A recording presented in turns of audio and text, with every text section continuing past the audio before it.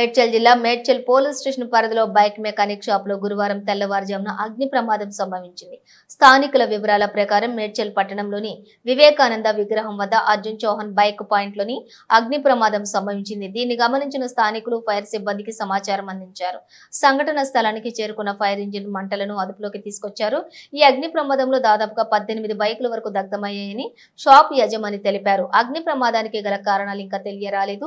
ఈ మేరకు కేసు నమోదు చేసి దర్యాప్తు చేస్తున్నట్లుగా మేడ్చల్ పోలీసులు తెలిపారు.